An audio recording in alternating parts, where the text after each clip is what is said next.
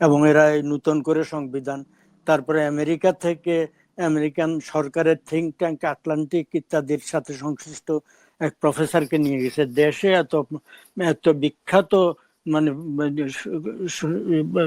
Constitution সংবিধান বিশেষজ্ঞ আছেন, সংবিধানের প্রফেসররা আছেন, তাদেরকে বাদ দিয়ে আমেরিকা থেকে একজনকে আমদানি করেছেন।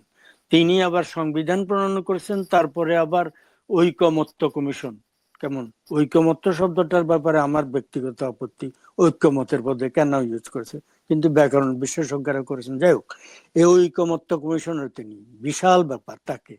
এবং ডক্টর ইউনূসের ক্যাবিনেটে একে চাংড়া শুকরারা আছে কিছু, তাদের বিরুদ্ধে আন্দোলন হচ্ছে, আরেকটা হচ্ছে এনজিও থেকে লোক নিয়ে তিনি ভরিয়েছেন, এনজিও থেকে এই সমস্ত, তিনি এনজিও প্রীতি তার।